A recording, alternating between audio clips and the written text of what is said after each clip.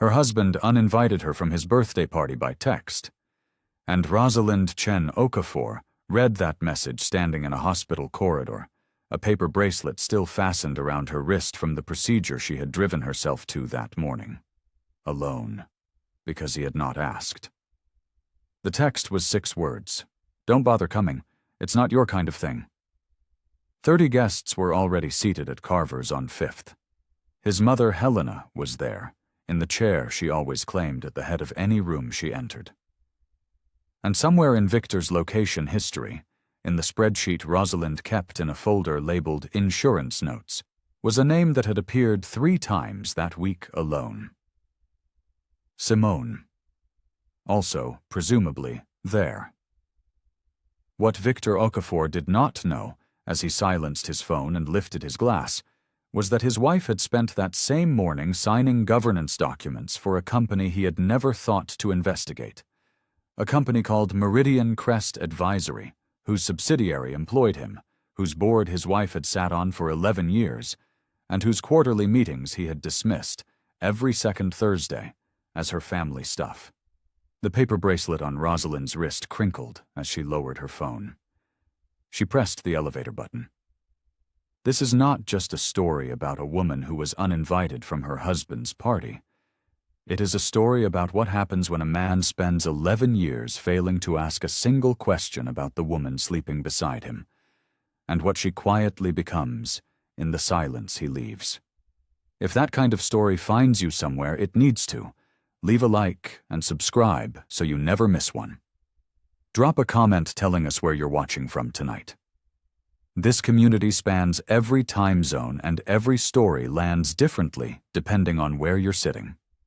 Now, to understand what Rosalind walked away from that night, we need to go back to where this really began. But first, the house. She drove the 14 minutes from St. Clement's to the home on Callaway Drive in silence. No music, no phone calls. The paper bracelet from admissions was still looped around her left wrist, white and clinical against her coat sleeve, and she had not taken it off.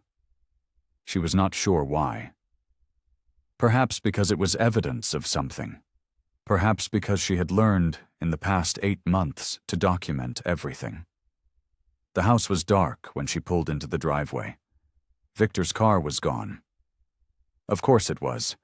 Carver's on 5th had a private dining room booked until 10, 30 guests assembled to celebrate a man who had, somewhere between the appetizers and the main course, sent his wife a 6-word text and returned his phone to his jacket pocket. Rosalind sat in the car for exactly 1 minute. Then she went inside. The rooms held the particular silence of a house whose occupants have learned not to expect each other. She moved through it without turning on many lights. The hallway lamp, the kitchen overhead, the soft fixture in the children's bedroom doorway, where she paused and watched her daughter May sleep with one arm thrown above her head, and her son Daniel curled on his side facing the wall. She stood there long enough to be certain. Then she turned and went to work. She was not frantic. That is the detail worth holding. There was no urgency in her movements, no shaking hands, no tears streaking her face in the bathroom mirror. She had cried for this marriage at other times, in other rooms, when the grief was still shapeless, and she had still believed it might change. Tonight there was nothing left to grieve. There was only the next correct action, and then the one after that. 2 bags for herself, 1 for each child. She folded things carefully, May's school uniforms, Daniel's library books stacked beside his shoes, her own clothes chosen with the same quiet logic she applied to everything. From the study, she lifted the framed photograph from the shelf where it had sat for 11 years. Her grandfather, James Chen, standing outside the original Meridian Crest Advisory office on Garrett Street in the summer of 1987, a hand-lettered sign visible in the window behind him, one hand in his pocket, expression unhurried. She wrapped it in a sweater and placed it at the top of her bag. From the desk drawer, she took the manila folder labeled Insurance Notes in her own handwriting. She did not open it. She knew what it contained. She left the study. She went to the kitchen. She found a notepad beside the refrigerator, the one with the grocery list still half-written in Victor's hand from 2 weeks ago, milk, batteries, the dry cleaning, and she tore a clean sheet from the bottom. She wrote 3 words. She set it on the counter where he would see it when he came home, slightly after 10, carrying the particular loose-shouldered energy of a man who had been celebrated all evening. Call your HR. She gathered the children without waking them fully. May murmuring and resettling against her shoulder, Daniel walking with his eyes half closed and one hand trusting in hers. She buckled them into the car. She loaded the bags. The dog, a retriever named Cartwright, who had always, inexplicably, been more loyal to Rosalind than to anyone else in the household, stepped into the boot without being asked. She did not look back at the house. Not from sentiment, and not from coldness. She simply had no use for it anymore. The brownstone on Aldermore Street was 20 minutes east. She had been maintaining it quietly for 2 years, a 3-bedroom property held under the James Chen Family Trust, leased to herself at a nominal rate that appeared nowhere in the household finances Victor managed, because the household finances Victor managed had never contained this part of her life. She had furnished it gradually, practically, the way her grandfather had taught her to do everything, without display, without announcement, without putting her name anywhere it didn't need to be. She had not known, when she began the renovation, that she was preparing for this night specifically.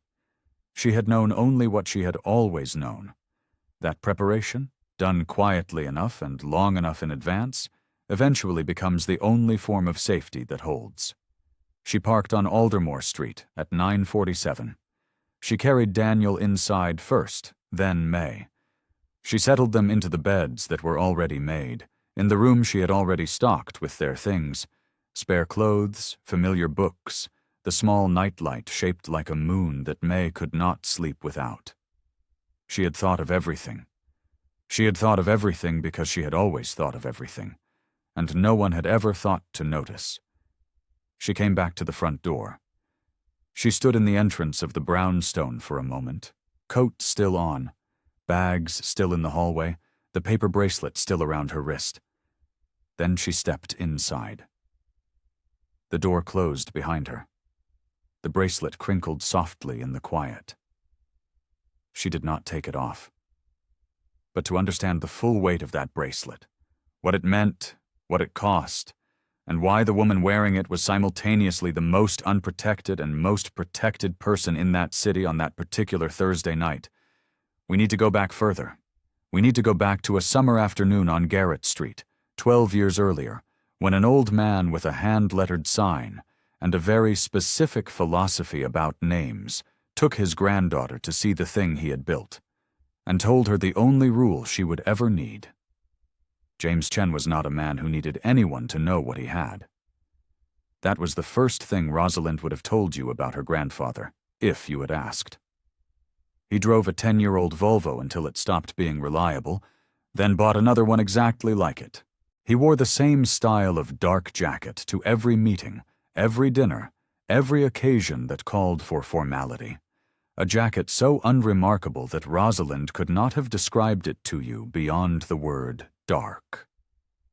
He lived in the same house on Fenwick Road for 41 years, a 3-bedroom property with a garden he tended himself on Saturday mornings, and he never once mentioned to the neighbors what he did for a living unless they asked directly.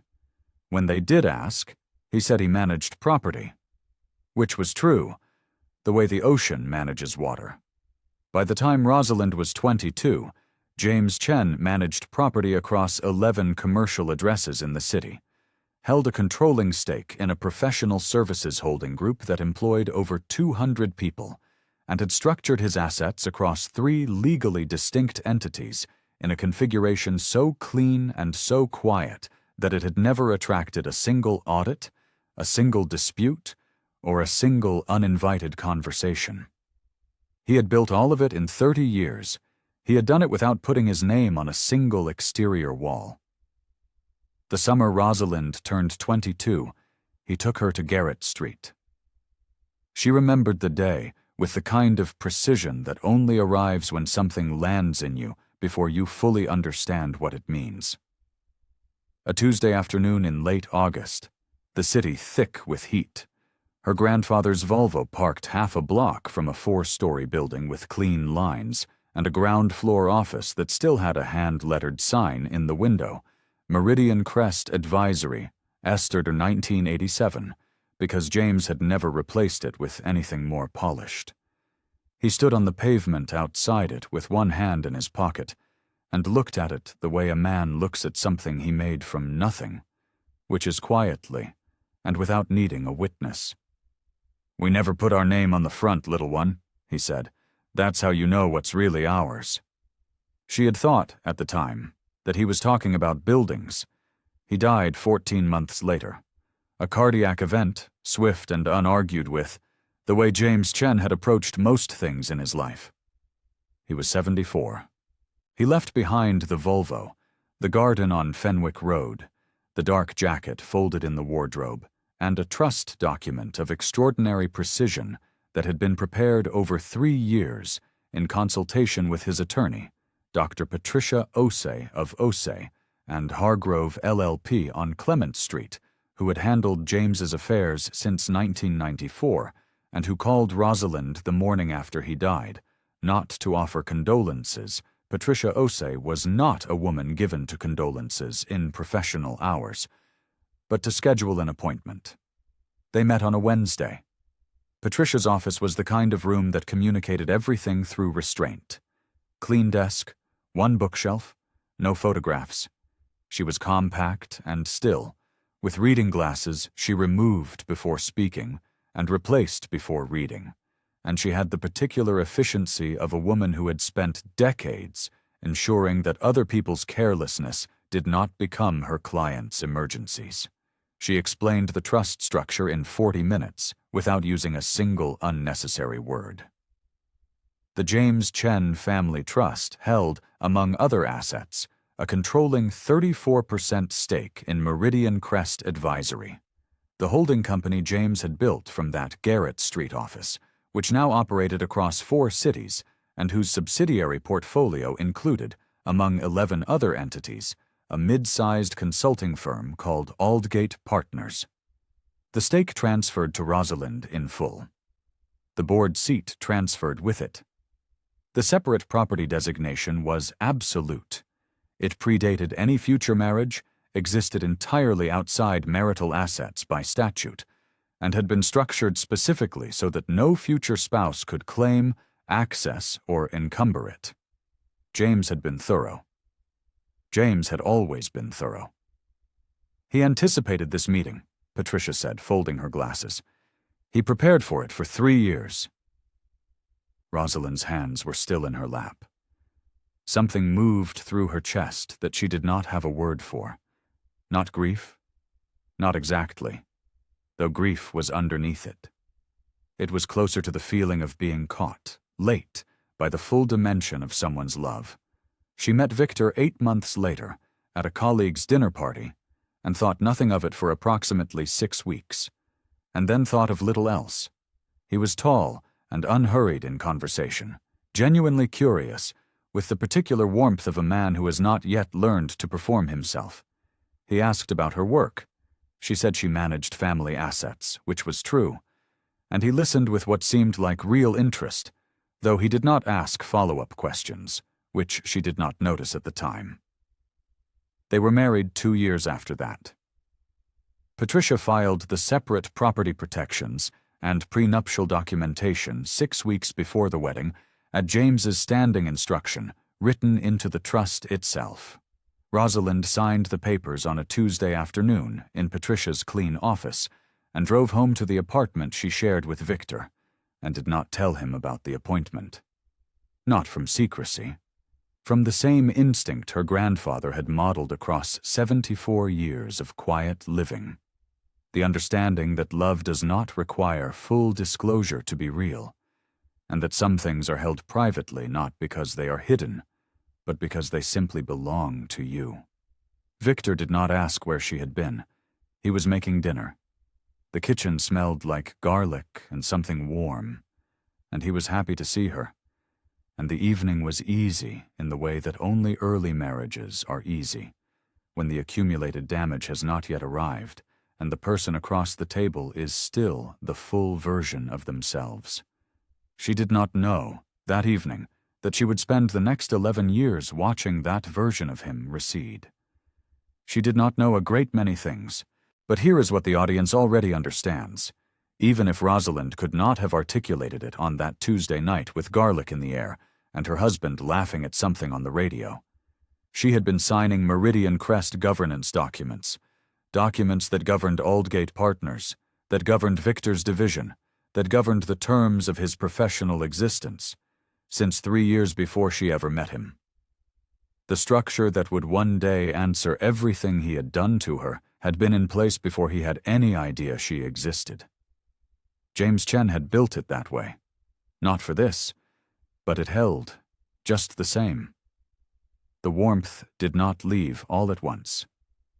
That is the hardest part to explain about a marriage that erodes. There is no single moment you can point to, no clean before and after, no door that closes with a definitive sound. There is only the accumulation of small absences, arriving so gradually that by the time you notice the pattern, you have already been living inside it for years. The first 2 years had been good. Genuinely good. Not the performed happiness of two people trying to believe something, but the real thing, with its ordinary texture of shared meals and easy silences and the particular comfort of a person who is glad to see you walk through a door. Victor had been present then. He had asked about her days. He had remembered things she mentioned in passing and referenced them weeks later, which had seemed, at the time, like evidence of something essential in him. Something shifted in year 3. It arrived the way most erosions do, as a mood first, then a habit, then a permanent feature of the landscape. Aldgate Partners had stalled. Victor had built the first 3 years of his tenure on aggressive expansion projections that the market had declined to cooperate with, and the gap between who he told people he was professionally and what his quarterly numbers actually reflected had begun to create a pressure in him that he could not release anywhere except, it turned out, at home. The confidence that had once made him warm made him sharp instead. The curiosity that had once drawn him toward Rosalind turned inward, toward his own concerns, and stayed there. He began to correct her in company. Not loudly. Victor was never loud in public. But at dinner parties, when Rosalind offered an observation, he had developed a habit of adding a qualifier that gently repositioned whatever she had said. Well, what Rosalind means is, or that's a simplified way of putting it, but... And then his version, which was always presented as the more accurate one. The guests never noticed. Rosalind noticed every time. On the second Thursday of each quarter, she went to her board meetings at Meridian Crest Advisory's offices on Canfield Street, where she sat at a table with 7 other people and spoke about governance decisions that affected thousands of employees across 4 cities. She came home to a husband who asked, if he asked at all, how her family stuff had gone. She always said fine. He never asked what that meant. Helena arrived in earnest around year 4.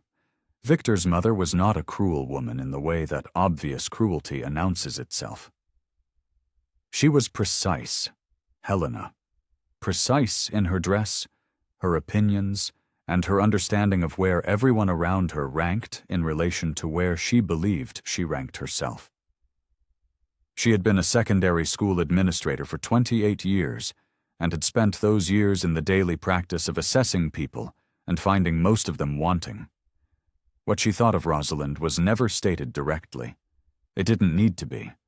It lived in the way she described the Chen family as modest people, very hard-working, with a softness in her voice that was not warmth. It lived in the way she said, "At the Christmas dinner, in year 5, Rosalind, you gave up quite a lot of potential when you stepped back, didn't you? But I suppose that's a choice some women make." And then turned to Victor to ask about his firm, before Rosalind had finished processing the sentence. The table had continued. Wine had been poured. Victor had answered his mother's question without a pause. Rosalind had set her fork down very carefully. Her hands had been perfectly steady. She had begun, that year, to wonder if she was disappearing. Not dramatically. She was not a woman given to dramatic framings. But in the practical sense, the sense of taking up less room than she used to. She caught herself softening opinions before she offered them, editing herself preemptively, checking Victor's face before she spoke at gatherings to assess whether he wanted her to speak at all. She had been doing it so long by year 6 that she was no longer sure whether the quietness was her nature or his design.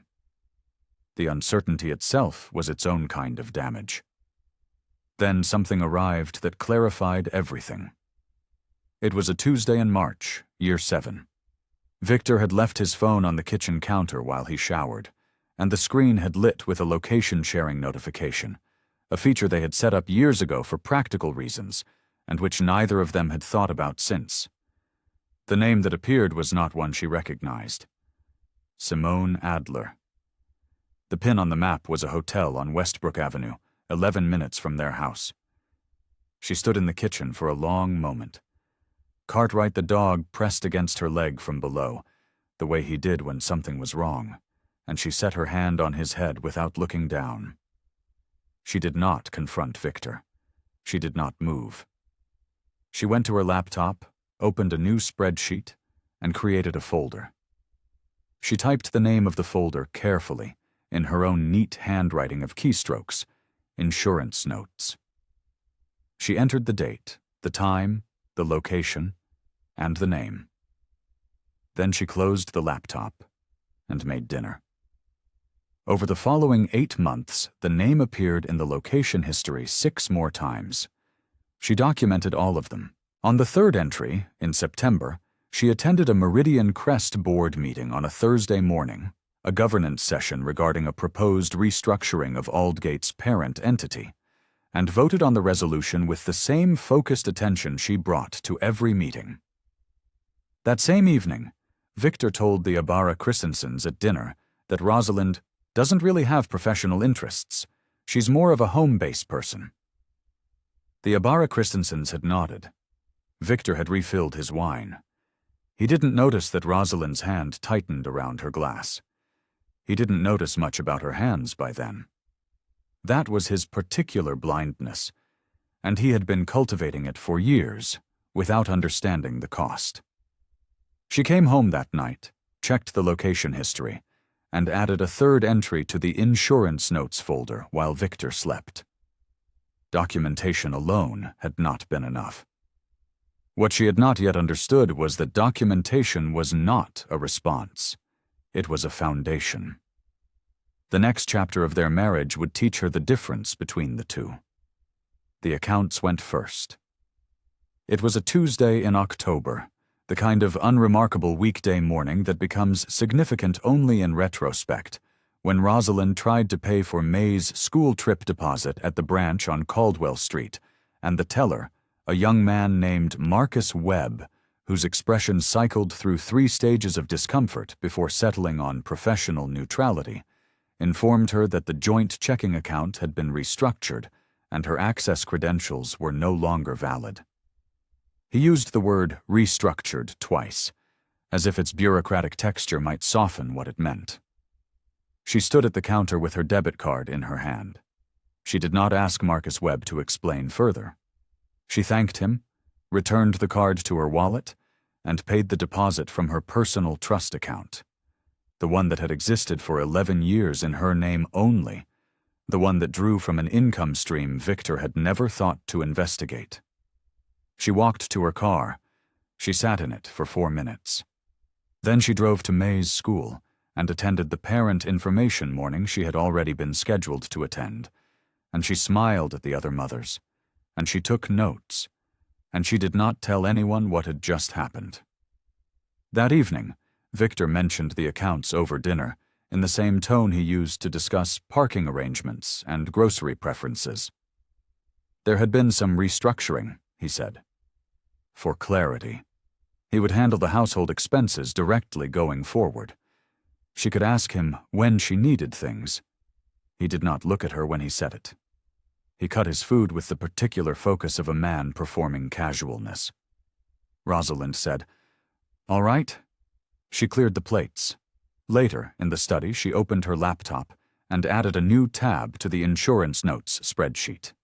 Column header: Financial access revoked. Date, amount, account number, method of discovery. She was thorough. James Chen had taught her to be thorough. The narrative being constructed about her, she understood, was accelerating. It had begun as social texture, remarks at dinner parties about her quietness, her domesticity, her tendency to leave early, and had become, by year 9, something more deliberate. Victor had told the Ibarra Christensens that Rosalind struggled with anxiety. He had told his colleague Raymond Park that she had been having a difficult period and was not quite herself. He had told his mother, who had told anyone Helena deemed relevant, that Rosalind was fragile in ways that made certain situations difficult for her. Helena had relayed this characterization to the children with the particular gentleness of a woman who believes she is helping. May had come to Rosalind one afternoon in November and asked, with the careful seriousness of a 7-year-old carrying a question too large for her, whether Mummy was all right. Rosalind had taken her daughter's face in both hands, soft, round cheeks against her palms, and told her yes. Completely. She had held the steadiness in her chest through pure force of will until May had accepted it and run back to the garden, and only then had she let out a slow breath and pressed her hands flat against the kitchen counter until the trembling stopped. She documented that too. The school events Victor missed, May's winter concert in December, Daniel's reading assembly in January, the parent-teacher conferences in February and March. Rosalind attended all of them. She kept the printed programs. She saved the email confirmations. She photographed the children's artwork on the wall of the school corridor, each image time-stamped on her phone. She did not know precisely what she was building. She knew only that a foundation requires material, and that material must be gathered before it is needed, not after. The diagnosis arrived in the second week of March. A routine scan, a small finding, a recommended procedure, a polyp removal, nothing urgent, but the kind of thing that should not be left. Her doctor, a careful woman named Dr. Yetunde Asha at the Harlow Avenue practice, recommended she not attend the procedure alone. Rosalind told Victor that week at breakfast, keeping her voice even and the information brief. He looked up from his phone. He said he hoped it would be straightforward. He looked back down. 3 days later, she saw the invitation in his email notifications. She had not been looking for it. It had simply appeared on the shared calendar he had forgotten they still had. A birthday dinner for 30. Carver's on 5th, private dining room, the same Thursday as her post-surgical monitoring appointment. She did not say anything. She had learned by then the precise cost of saying things. The morning of the surgery, he left for work at 7:40. He did not mention the procedure. He did not ask how she was feeling. He did not touch her shoulder as he passed. He simply took his keys and his jacket and pulled the front door closed behind him, and Rosalind stood in the kitchen in the quiet he left and breathed through it. And then she got dressed and drove herself to St. Clement's Medical Center on Harlow Avenue and checked in at the front desk and gave her name and date of birth to the admissions nurse, a brisk woman named Angela Morris, who fastened the paper bracelet around Rosalind's left wrist without ceremony and told her someone would come for her shortly. 4 hours later, in the recovery bay, Rosalind lay with a thin blanket across her lap and looked at the bracelet and thought about nothing in particular. There was a particular quality to the quiet of a recovery room, the beeping of distant monitors, the hushed exchanges of nurses, the sense of time suspended. She had nowhere to be for 2 hours. She rested. At 6:47, descending toward the lobby in the elevator, the phone buzzed in her coat pocket. She read it once. "Don't bother coming. It's not your kind of thing." This is the moment the audience has been moving toward for the entirety of these chapters. Not because the text was the worst thing Victor had done. It was not. He had removed her from the accounts. He had constructed a narrative of her fragility. He had told his children their mother was someone to worry about. He had sent her into surgery alone, without acknowledgement, and spent the day preparing for a party she would not attend. But the text was the last one. The final entry in a long ledger of small decisions, each individually explicable and collectively damning. Rosalind stood in that elevator with a hospital bracelet on her wrist and a procedure still tender in her body and her husband's birthday party 30 minutes away. And she understood, with the particular clarity of someone who has finally run out of alternative explanations, exactly what her marriage had become and exactly what she was going to do about it. She pressed the lobby button. The elevator descended. The bracelet crinkled softly against her coat sleeve. She had absorbed everything. She would not absorb one thing more. She woke at 6:13 without an alarm. The brownstone on Aldermore Street held a different quality of morning than the house on Callaway Drive. The light came through the east-facing bedroom window at a lower angle, softer and more direct, and the sounds were different. A different pitch of traffic, different bird song in the narrow garden below, the particular silence of a space that had not yet accumulated the weight of unhappy years. Rosalind lay still for a moment, her body aware of the previous day's procedure in the dull, persistent way of healing, and listened to the building breathe around her. Then she got up. She checked the children first. May curled under her duvet with one arm around the stuffed rabbit she had carried since she was 3. Daniel on his back with his mouth slightly open, both of them breathing in the uncomplicated way that children sleep when they feel safe. She stood in the doorway of their room for a long moment. Something in her chest loosened by a degree it had not loosened in a very long time. She went to the kitchen. She made coffee, the same brand she had always bought, the one Victor had switched out 18 months ago for something he preferred, the one she had quietly continued purchasing for the Aldermore kitchen since she began preparing it. Small continuities matter. They are a form of self-knowledge. While the coffee brewed, she took the framed photograph from where she had set it the night before, propped against the kitchen wall, and carried it to the window. James Chen, Garrett Street, 1987. One hand in his pocket, the hand-lettered sign behind him, his expression as unhurried as it had always been in every photograph she possessed of him. She had looked at this image hundreds of times across her life. It had meant different things at different ages. As a child, it was simply her grandfather. As a young woman, it was his history. As a new trustee, it was her inheritance and her responsibility. Standing at the window of the Aldermore brownstone on a Friday morning with coffee warming her hands, she looked at it and understood, for the first time, what he had actually been telling her that August afternoon on the pavement outside his office. "We never put our name on the front, little one. That's how you know what's really ours." He had not been talking about buildings. He had never been talking about buildings. He had been talking about this, the specific dignity of a person who holds something real without needing the world to confirm it. The difference between power performed and power possessed. She had spent 11 years living by the principle without fully grasping the philosophy. And now, in a kitchen that was hers, In a morning that was hers, she understood it completely and felt the weight of it settle into her like something that had always belonged there. She set the photograph on the windowsill. She drank her coffee. Then she opened her laptop, retrieved the insurance notes folder, and reviewed its contents with the focused attention of someone completing a task she has already decided to complete. Every entry precise. Every date and amount and location recorded in her own neat hand.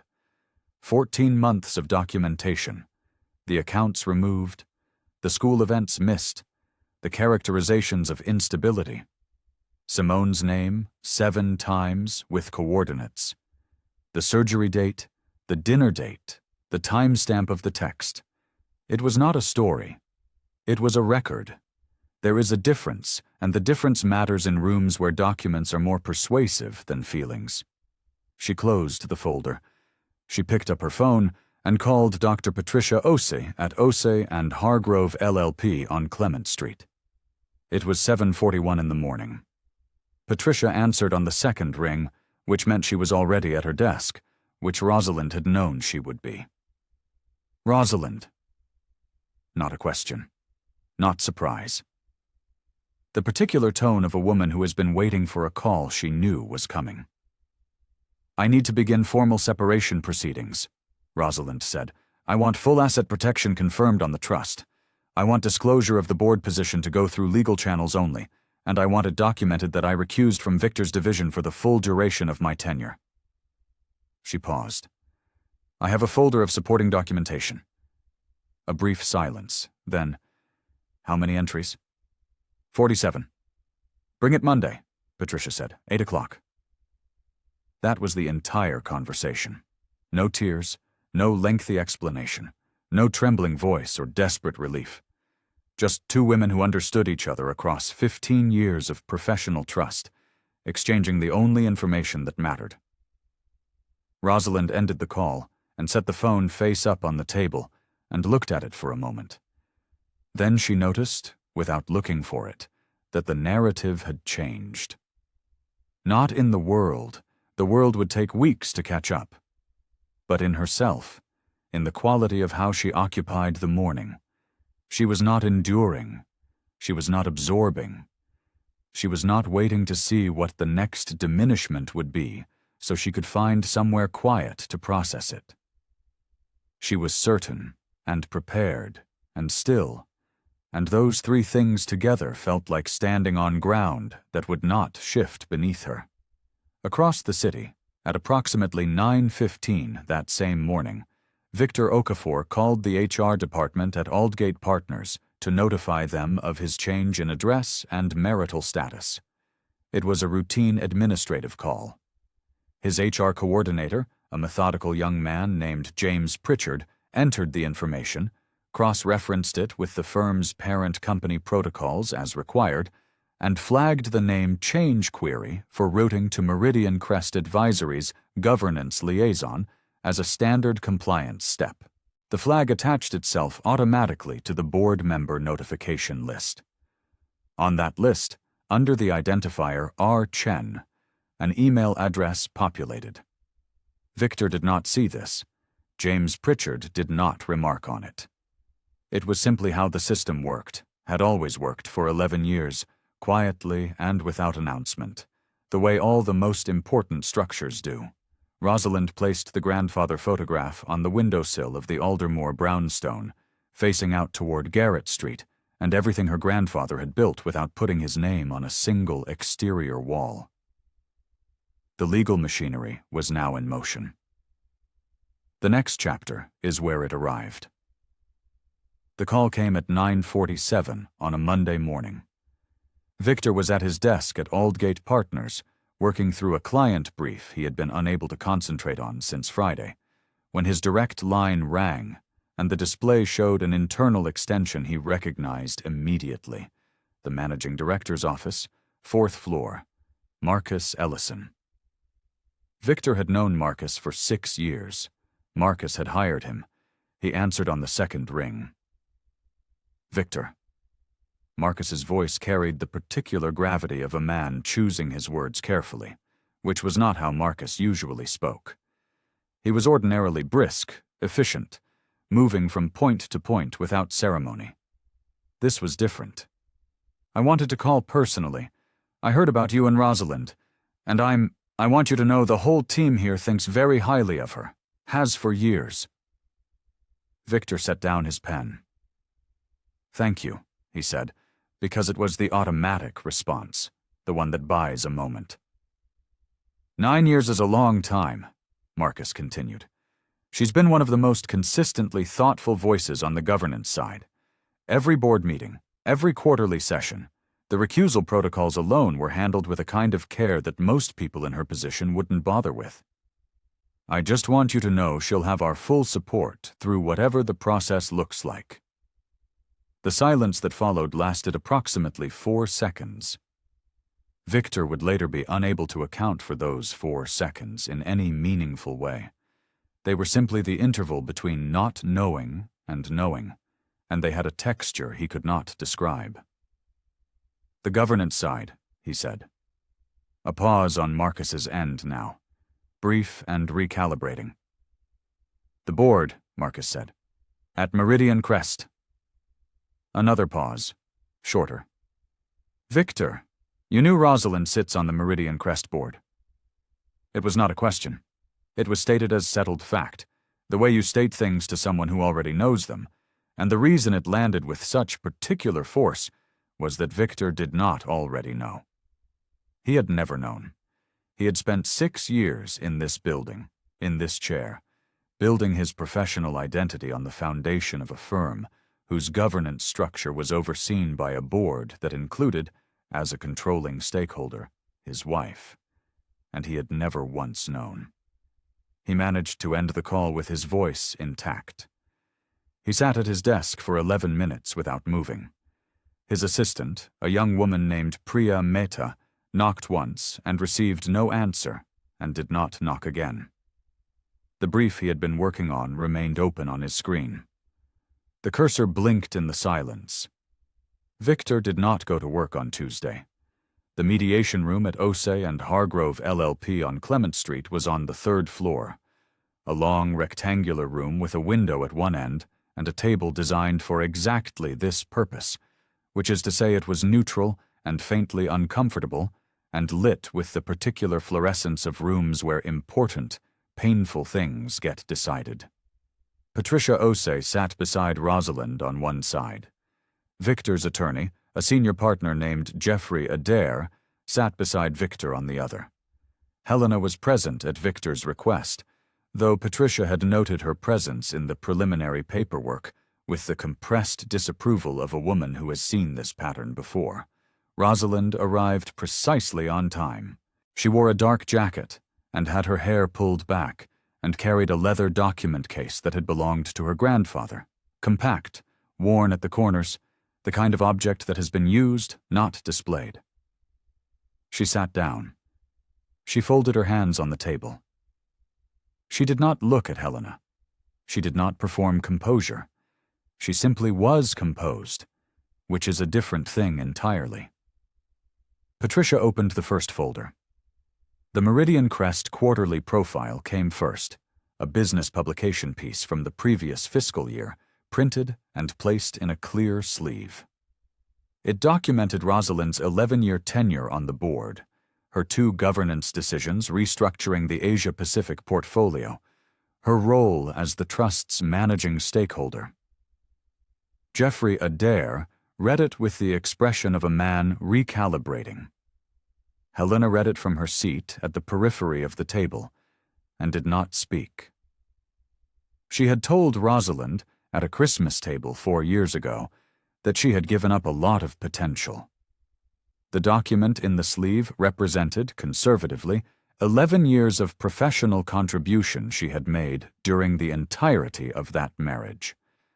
Helena set it down. She did not pick it up again. The recusal log came second.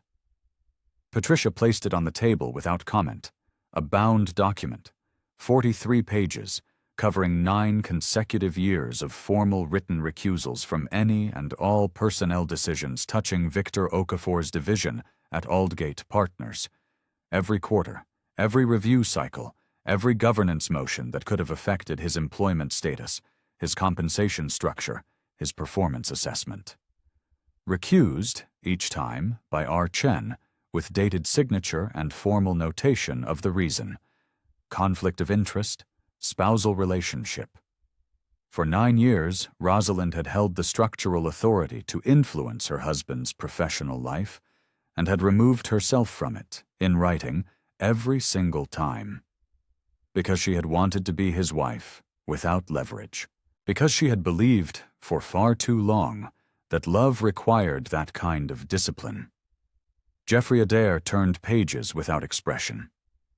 Victor stared at the document the way a person stares at something they cannot make fit into the architecture of what they believed was true. The trust income figures came third. Patricia read them aloud. Board compensation and trust distributions totaling $380,000 across the previous 4 years, all flowing through the James Chen Family Trust, all predating the marriage, all structurally protected as separate property under the agreement filed before the wedding at James Chen's standing instruction. Victor had removed Rosalind from the household accounts because she didn't work. The figure Patricia read into the room was approximately 4 times Victor's annual base salary. The room held a specific quality of silence after that number. Not dramatic, not triumphant. Simply the silence of a fact occupying the space it was owed. Simone had learned the financial reality 8 days earlier, when Jeffrey Adair had been required to disclose the asset structure in preliminary filings. She had not attended any further meetings. She had not called Victor. She had, according to her own social media, been at a conference in Edinburgh. The absence where she might have been was more accurate to who she was than any scene could have captured. Jeffrey Adair leaned forward. He was doing his job, which required him to ask the question his client needed answered. He addressed Rosalind directly. "Ms. Chen, given the board position you've held for the duration of this marriage, we'd like to understand why you chose not to disclose it to your husband at any point." The room waited. Patricia was still. Helena's hands were in her lap. Jeffrey had his pen raised. Rosalind did not look at Jeffrey Adair. She looked at Victor, directly, steadily, without heat and without coldness. And she said it with the particular quiet of a woman who has been carrying something heavy for a very long time and has finally set it down. "I spent 9 years protecting you from knowing what I was." Victor's face did not crumple. It did something quieter and more permanent, a kind of settling, a going still, the expression of a man who has received information he cannot unlearn and is now beginning to understand the full dimension of what he threw away. Not anger, not defensiveness, just comprehension, arriving too late, as comprehension so often does. Jeffrey Adair closed his folder. No response was recorded. The weeks that followed moved quickly for some people and very slowly for others. For Victor, they moved in a particular direction. Downward, quietly, without drama, the way a professional reputation deflates when the people who matter begin to understand the full picture of a situation. The managing director, Marcus Ellison, had said nothing formally. He had not needed to. Institutions have their own atmospheres, and the atmosphere at Aldgate Partners in the weeks following mediation carried the specific chill of a place that has learned something about one of its own and is deciding, collectively and without announcement, what that information means. Victor's client assignments were redistributed in a restructuring described as a portfolio rebalancing. His office on the 3rd floor was reassigned in a facilities review. By the end of the 2nd month, he had accepted a lateral transfer to a smaller affiliate in the group's regional division, a position with the same title and a meaningfully reduced scope, in a building across the city where no one knew Marcus Ellison personally and no one had read the mediation record. He called Rosalind once, a Sunday evening in April, from a number she recognized. She let it ring. When the voicemail notification appeared, she listened to it once, standing at the Aldermore kitchen window, and then set the phone face down on the counter. He had said he was sorry. He had said he understood now how wrong he had been. He had said he would like to talk, if she was willing, when she was ready. His voice had the quality of a man who has finally seen something he cannot unsee, and does not know what to do with the clarity. She was not without feeling on the matter. The man in that voicemail was closer to the man she had married than anything she had heard from him in 6 years. But sorry, she had come to understand, is not the same as undone. She did not call back. She was not cruel about it. She simply did not go back. Helena stopped calling in March. Not with a final conversation, not with an acknowledgement. She simply became absent, the way Helena had always managed her retreats, through omission rather than confrontation. There was no apology for the Christmas cruelty, no reckoning with the years of backhanded observation, no moment of recognition that arrived with any formal weight. Helena was not that kind of woman. She had simply looked at the mediation record and the business quarterly profile and the recusal log and performed the calculation she always performed, which is to say she assessed the room and determined which position best served her dignity, and had withdrawn. Rosalind had not expected otherwise. She found she was not bothered by it. She had not needed Helena to understand. She had only needed to stop sitting at Helena's table. Simone was not a presence that departed so much as one that had never fully arrived. She had been, from the beginning, an audience, and when the man she was watching lost the qualities that had made him worth watching, the audience found other programming. There was no scene. There was no confrontation. There was only, one afternoon, the LinkedIn alert that Rosalind's colleague forwarded to her with a brief note. Rosalind Chen, named to chair position. Meridian Crest Advisory Quarterly Profile. Somewhere across the city, Simone Adler would have seen the same alert and understood, with the specific clarity of a woman who had always been good at reading rooms, exactly what she had been standing next to without knowing it. That understanding was its own kind of answer, and Rosalind did not need to be present for it. The scene softened into something quieter. It was a Tuesday evening in May, when Rosalind sat at the kitchen table in the Aldermore brownstone and listened to the particular sound of her children doing homework in the next room. Daniel's pen scratching in his workbook, May asking the dog a question about fractions that Cartwright was philosophically unable to answer. The window was open. The evening was mild. Rosalind had made tea she had not yet drunk, and was holding the grandfather photograph in both hands, not because she had taken it from the windowsill deliberately, but because she had passed it, and picked it up the way you pick up a thing that belongs in your hands. James Chen. Garrett Street. 1987. One hand in his pocket, the hand-lettered sign. The unhurried expression of a man who had built something real and never needed anyone to confirm it. We never put our name on the front, little one. That's how you know what's really ours. She had heard it as a principle about buildings, then as a principle about dignity. Now, sitting in a kitchen that was hers, in a life that was hers, she received it the way you receive a thing that was always meant for you, but could only be understood at the right distance. As a gift. He had not been teaching her concealment. He had been teaching her the difference between what the world sees and what actually exists, and the profound freedom available to those who have stopped needing those two things to match. She set the photograph down. She picked up her tea. In the next room, May laughed at something Daniel said, and Cartwright's tail thumped against the floor in approval. Here is what this story was. At its root, it was not about a text message, though that is where it found its form.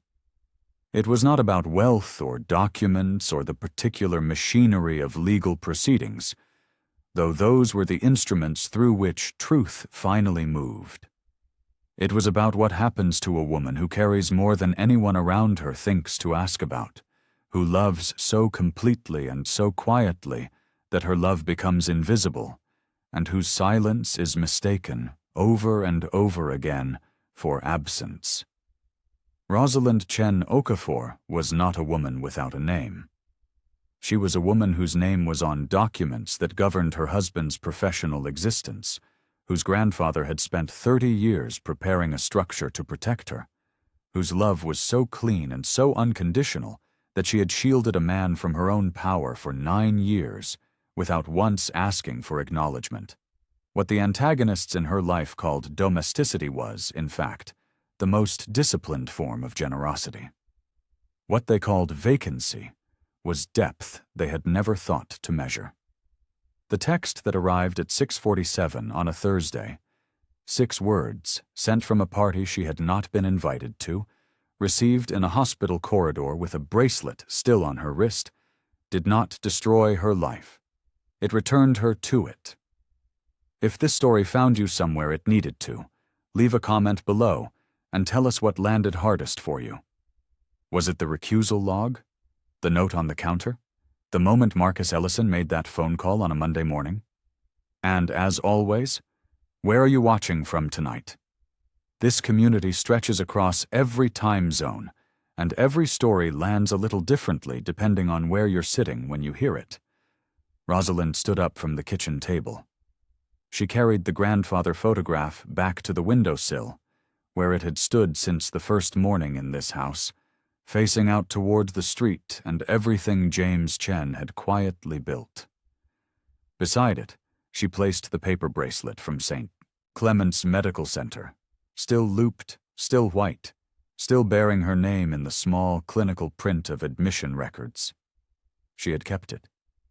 She had not been able to explain why in the beginning. She understood now.